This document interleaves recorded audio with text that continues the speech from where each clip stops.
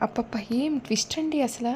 భూమి అయితే వాళ్ళ నాన్నకి బర్త్‌డే విషెస్ చెప్తూ, "నాన్న ఇవాళైతే మీరు కోమాలో నుంచి బయటకొచ్చి మా అందరిని సర్ప్రైజ్ చేయాలి నాన్న" అనేసి భూమి అలా పొద్దున్నే వాళ్ళ నాన్నకి చెప్పిందో లేదో, రాత్రికల్లా వాళ్ళ నాన్న కోమాలో నుంచి లేస్తాడు. ఏం ట్విస్ట్ అండి అసలు. ఇంక అసలేం జరిగిందో తెలుసుకుందామనమాట.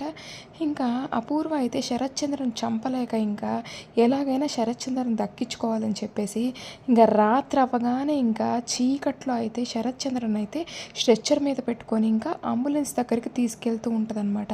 అంటే ఇంటి బయట అంబులెన్స్ వచ్చి ఉంటుందన్నమాట. ఇంకా కరెక్ట్గా అదే టైంకి భూమి అయితే చీకట్లో ఇంటికి నడుచుకుంటూ వస్తే ఇంకా అపూర్వ అయితే శరత్చంద్రని అలాగే స్ట్రెచ్చర్ మీద వదిలేసి దాక్కుంటుందన్నమాట.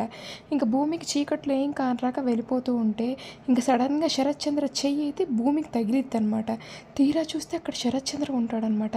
నాన్న నాన్న ఇక్కడున్నావేంటి అనేసి ఇంకా లైట్లు వేస్తానమాట భూమి. ఇంకంతే ఇంకా ఎవడో ఒకడైతే ముసుగేసుకొని వచ్చి శరత్చంద్రని కత్తితో పొడవాలని చూస్తుంటే భూమి అయితే ఆ కత్తి శరత్చంద్ర గొంతులో తీయకుండా ఆ కత్తిని అలాగే చేతులతో పట్టుకుంటుందన్నమాట. ఇంకంతే భూమి చేతిలో నుంచి అయితే రక్తం కారి శరత్చంద్ర మీద పడుతూ ఉంటుందన్నమాట. నాన్న నాన్న మీకేం కాదు నాన్న అనేసి ఇంకా భూమి అనుకుంటూ ఆ కత్తి పట్టుకోవడం, ఆ రక్తపు చుక్కలైతే శరత్చంద్ర మీద పడ్డం.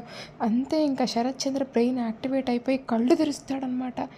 ఏం ట్విస్ట్ అండి అసలు. సూపర్ ఉందన్నమాట. ఇంకా కళ్ళు తెరిచాక డ్రామా ఎలా మారుతుందో, మళ్ళీ కోమాలోకి వెళ్ళిపోతాడో, ఏం జరుగుద్దో అయితే తెలుసుకుందాం. నెక్స్ట్ ఏం జరుగుతుందో చూద్దాం. Thank you.